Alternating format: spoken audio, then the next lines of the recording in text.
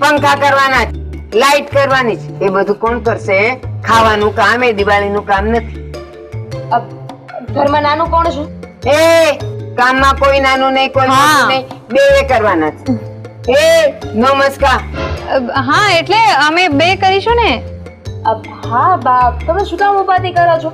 અમે બંને બહેનો છીએ ને, ફટાફટ આમ કામ થઈ જશે. હા દેખાય છે. જો દેખાય છે. એક કામ કર દામિની, તું છે ને રસોડાનું સાફ કરવાનું ને માળિયા સાફ કરવાના, પંખા, લાઈટ, ફ્રીજ, બસ આ બધું તું કરી દેજે, બાકી બધું હું કરી લઈશ. હા, બચ્યું શું આમાં? એક મિનિટ, તમે નક્કી કરો ને એવી રીતે કામ નથી કરવાનું.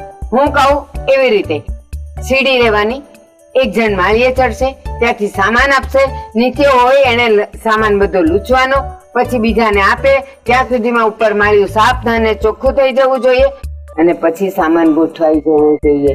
સેમ એવી રીતે ફ્રીજ, બેડ, રસોડાના ખાના, લાઈટ અને પંખા બંને મળીને કરવાના જ. કોઈએ કોઈના પર કામ થોપવાનું નથી. બા, કામ કોને કરવાનું છે?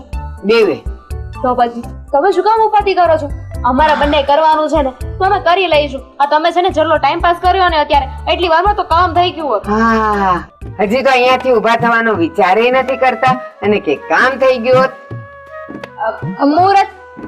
મુહૂર્ત નથી સારું. અચ્છા, હા. મુહૂર્ત. દિવાળીનું કામ છે ને, બધું મુહૂર્ત જોઈને કરવું પડે. હા એ જ. હા, સમજી ગઈ. આ બધા મુહૂર્ત હું કાઢી આપીશ, અને હું કહું ને અત્યારનું મુહૂર્ત સારું છે, જાઓ કરવા માંડો, એટલે કરવા જ માંડવાનું. પછી કોઈ નાટક નહીં. અરે, નો મને- ચા, ન પાણી, ન નાસ્તા, ન જમવાનું. બા મને હમણાં જ યાદ આવ્યું, પેલું માર્કેટમાં શાક લેવા જવાનું છે ને, તો હું શાક લઈ આવું, તું જોઈ લેજે. ખરીદી પણ બાકી છે ને.